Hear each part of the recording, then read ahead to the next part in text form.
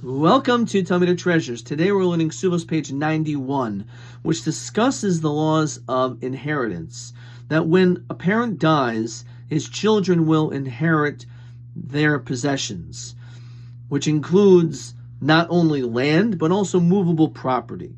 Now, the question is, what if this father owes money? Let's say, like nowadays, the parent has massive debts, and the child has his land. So the law is that there is a lien on that property, and which means that the person who lent the father money, even though the father's not alive, they're able to grab this land. And because of that, it tells us over here on this page that it's actually a special mitzvah to pay off all loans, even if it's something in which is not directly connected to land. According to Jewish law, it's important for the children to pay off any loans that his parents had. And on this, Rashi explains, because it shows kavod avihen, showing honor to the father. We know that there's a special commandment of honoring your parents. There's not only an obligation to honor your parents while they're alive, but you also have to show kavod to them, honor to them after they have died. And you can imagine if a person has massive debts, he owes so much money to people, and he just doesn't pay it back, and all of a sudden he dies. So people are going to be extremely upset. They'll be sad that he died, not just because he died, but all of a sudden no one is going to pay him back.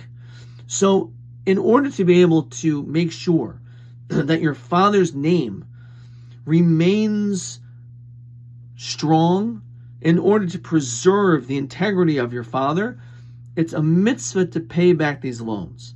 But interestingly enough, which I'm not sure if this is the same with American law, but on this, it tells us that the Jewish courts will actually not force the monies to be taken away from these children. It's a mitzvah to do so. However, it's not on the same level as a Torah obligation, like sitting in a sukkah, shaking a lulav and etrog, things which are actually written in the Torah that one must do. Because a mitzvah in general is a commandment. It's something that you're supposed to do. You must do.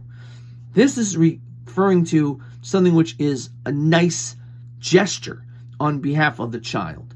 However, it's not necessary. But still we see from here a very important message. And the importance of showing respect. How important it is, especially in this generation, where unfortunately sometimes we find that children are not respectful to their elders.